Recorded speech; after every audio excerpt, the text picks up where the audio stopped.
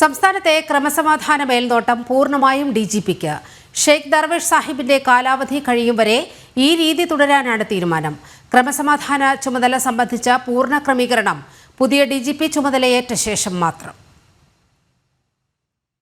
ക്രമസമാധാന ചുമതലയുള്ള ADGP പദവി സൂപ്പർ DGP എന്ന വിശേഷണമുള്ള അധികാര കേന്ദ്രമായി മാറിയതോടെയാണ് അങ്ങനെയൊരു പദവി തന്നെ വേണമോ എന്ന ആലോചനയിലേക്ക് പോലീസ് കടന്നത്.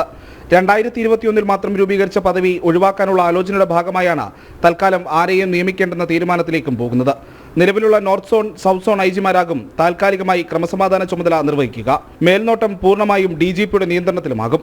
നിലവിലത്തെ DGP ഷെയ്ഖ് ദർവേഷ് സാഹിബിന്റെ കാലാവധി കഴിയും വരെയാകും ക്രമീകരണം. സംസ്ഥാന പോലീസിലെ ADGPമാരുടെ എണ്ണം പരിമിതമാണെന്നതും തീരുമാനത്തെ സ്വാധീനിച്ചിട്ടുണ്ട്.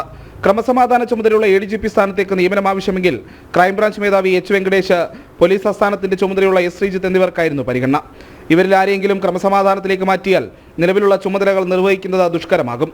പകരം നൽകാനും ആളില്ല. തുടർന്നാണ് തൽക്കാലം DGP നേരിട്ട് ക്രമസമാധാനം നിയന്ത്രിക്കട്ടെ എന്ന തീരുമാനത്തിലേക്ക് പോയത്. പുതിയ DGP ചുമതലയേറ്റ ശേഷം ക്രമസമാധാന ചുമതല സംബന്ധിച്ച പൂർണ്ണ ക്രമീകരണം കൊണ്ടുവരാമെന്നതാണ് നിലവിലത്തെ ധാരണ. നോർത്ത് സോണിലും സൗത്ത് സോണിലും ഓരോ ADGPമാർക്ക് ക്രമസമാധാന ചുമതല നൽകുന്ന 2021 മുൻപുള്ള ക്രമീകരണം പുനഃസ്ഥാപിക്കാനും ചർച്ചകൾ തുടരുകയാണ്. ജനം, തിരുവനന്തപുരം.